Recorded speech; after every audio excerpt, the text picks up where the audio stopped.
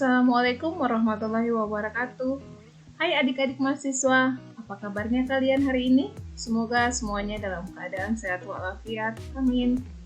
Untuk kali ini kita akan mempelajari tentang spermatopita, yang mana pembagian khususnya pada pembahasan kita yaitu tentang tumbuhan Gymnospermae. Materi ini akan disampaikan oleh saya sendiri, Siti Mutmainah Yusuf SPD MPD selaku dosen pengampu mata kuliah Botani Tumbuhan Tinggi. Tentunya semuanya sudah mengenal dengan saya kan?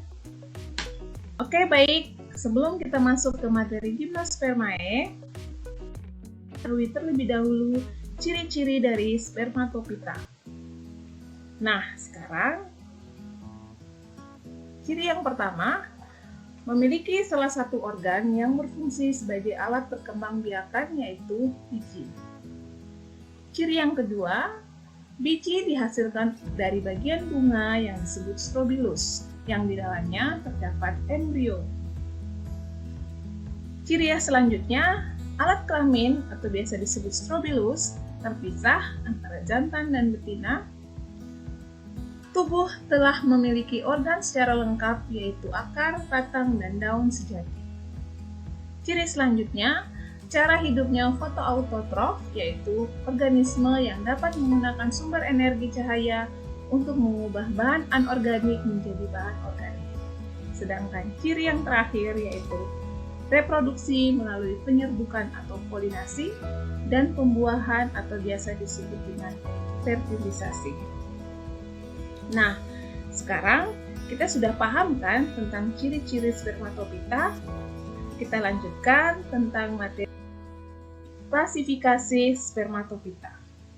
Sebelum masuk klasifikasi, kita harus mengetahui terlebih dahulu tentang taksonomi tumbuhan, yang dimulai dari kingdom, divisio, classes, ordo, family, genus, dan takson yang ketujuh yang merupakan takson terakhir adalah spesies. Takson tersebut menjadi dasar klasifikasi spermatopita kali ini. Subdivisio Spermapsida, klasifikasinya dibagi menjadi dua bagian. Yang pertama adalah subdivisio Gymnospermae, yang kedua adalah subdivisio Angiospermae. Gymnospermae dibagi lagi menjadi 4 kelas. Yang pertama adalah kelas Cicadinae. Ini adalah salah satu contoh spesies dari kelas Cicadinae. Yang kedua, kelas Genetinae. Contoh spesiesnya adalah melinjo. Kelas yang ketiga adalah Coniferae. Ini merupakan contoh dari Pinus mercusi. Dan kelas yang keempat adalah Ginkgodinae. Contoh spesiesnya adalah Ginkgo biloba. Sedangkan subdivisio Angiospermae dibagi menjadi dua bagian besar kelas, yaitu kelas Monocotylodenae dan kelas Dicotylodenae. Nah, sekarang kita bahas yang pertama tentang ciri-ciri Gymnospermae, atau biasa disebut tumbuhan berbiji terbuka. Adapun ciri-cirinya, yang pertama adalah gymnos, yang artinya adalah telanjang, spermae artinya biji, yang jika digabungkan, Gymnospermae merupakan berbiji terbuka karena tidak ditutupi oleh daging buah dan bakal buah. Ciri selanjutnya, bunga sesungguhnya tidak ada. Alat perkembangan biakannya berupa badan yang disebut strobilus atau runjung yang letaknya terpisah. Ciri selanjutnya, strobilus jantan berisi serbuk sari yang mengandung sel sperma, dan strobilus betina berisi bakal biji yang mengandung sel telur.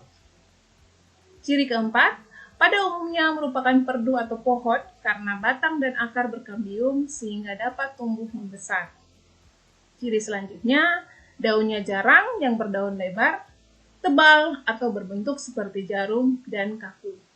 Ciri yang terakhir adalah merupakan tumbuhan heterospor yaitu tumbuhan yang menghasilkan dua jenis spora berlainan yang dalam reproduksi terjadi pembuahan. Selanjutnya, kita akan membahas satu persatu dari kelas Gymnospermae. Kelas yang yaitu kelas Cicadinae. Ini adalah salah satu contoh spesies dari kelas Cicadinae.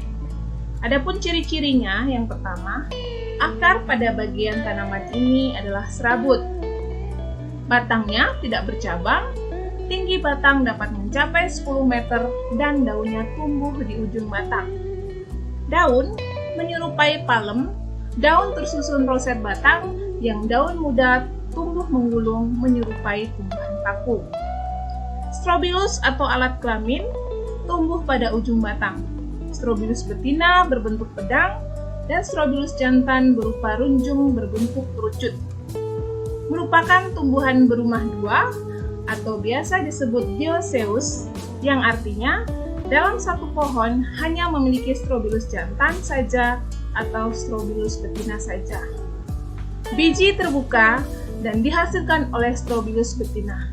Contoh spesiesnya adalah Zamia furfuraceae dan Cicas revoluta dan Cicas rumpii atau pakis haji. Kita saksikan atau kita lihat gambar dari Strobilus. Ini merupakan gambar Strobilus dari Strobilus jantan, yang mana Strobilus jantan ini akan menghasilkan serbuk sari atau polen, yang mana ini dalamnya mengandung sel sperma.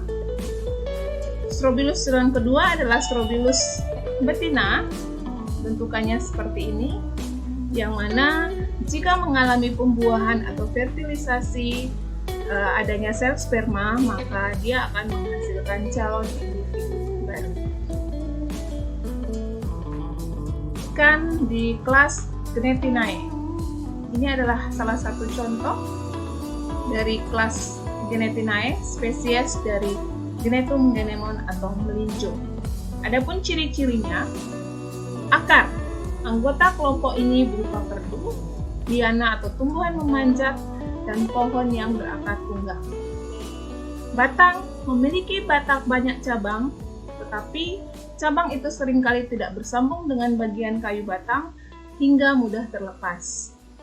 Daunnya berbentuk oval atau lonjong dan duduk daun berhadapan dengan urat daun menyirip. Strobilus jantan maupun Strobilus betina berbentuk majemuk. Strobilus tidak berbentuk kerucut, tetapi sudah dapat disebut bunga.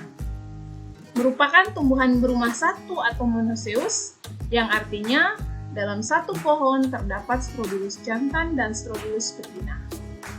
Biji dan bunganya dapat dikonsumsi dijadikan sayur. Contoh spesies ini adalah Gnetum genemon atau melinjo. Pembagian kelas Gnetinae berdasarkan ordo. Ordo yang pertama yaitu Ordo Gnetales. Contoh spesiesnya adalah Gnetum genemon, yang mana merupakan famili dari Gnetaceae. Ordo yang kedua yaitu Ependrales dengan famili Ependraceae. Ordo selanjutnya yaitu Ordo Wilwitziales dengan spesiesnya adalah Wichia mirabilis dengan famili Welwitziaceae. Bentuk Strobilusnya ini adalah bentuk Strobilus jantan dari tanaman Gnetum genemon, dan silakan perhatikan bentukan daripada Strobilus betina yang memiliki putik dan Strobilus jantan yang mengandung benang sari. Kita ke kelas berikutnya, yaitu kelas Coniferae.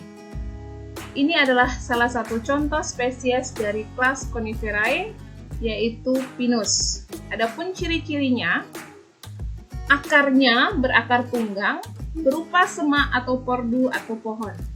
batangnya berkayu besar, dan pada umumnya tidak mengalami gugur daun. Daunnya berbentuk jarum, sehingga sering disebut pohon jarum. Namun, selalu hijau sepanjang tahun sehingga disebut juga tumbuhan evergreen. Strobilus berbentuk kerucut, Strobilus betina mengandung bakal biji, dan Strobilus jantan mengandung serbuk sari. Tumbuhan ini berumah dua, tetapi ada juga yang berumah satu. Bijinya yang bersayap. Contoh spesiesnya adalah Cichas rumphii, Taxus baccata, Eukarya kuninghami, dan Agathis alba. Pembagian kelas Coniferae dibagi menjadi beberapa ordo. Yang pertama adalah ordo Taxales, dengan spesiesnya adalah Taxus baccata dan Cephalotorus spartanei, dengan famili Cacataceae dan Cephalotaceae. Ordo yang kedua adalah Araucariales, dengan contoh spesiesnya adalah Araucaria kuninghami dan Agathis alba, dengan famili Araucariaceae.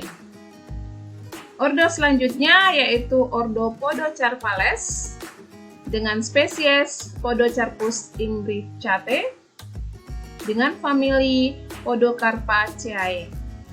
Ordo yang keempat adalah Ordo Pinales. Contoh spesiesnya adalah Pinus mercusii dengan famili Pinaceae. Dan ordo yang terakhir yaitu Ordo Capresales dengan spesies Juniperus communis dan Taxodium occidentalis dengan familinya adalah Taxodiceae dan Cupraceae.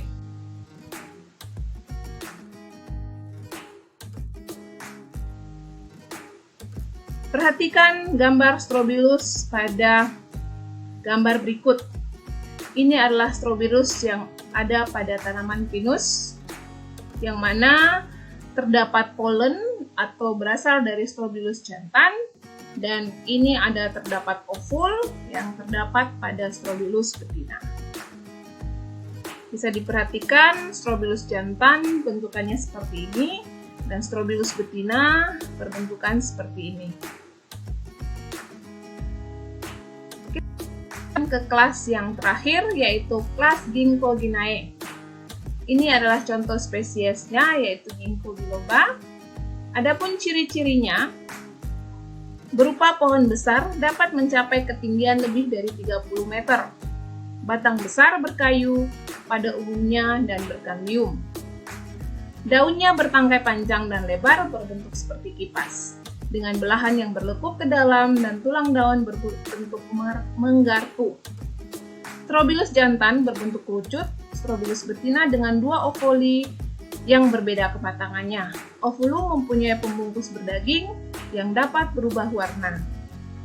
Tumbuhan ini merupakan tumbuhan berumah dua, yaitu hanya memiliki satu jenis alat kelamin, putik atau benang sari, pada satu tanaman.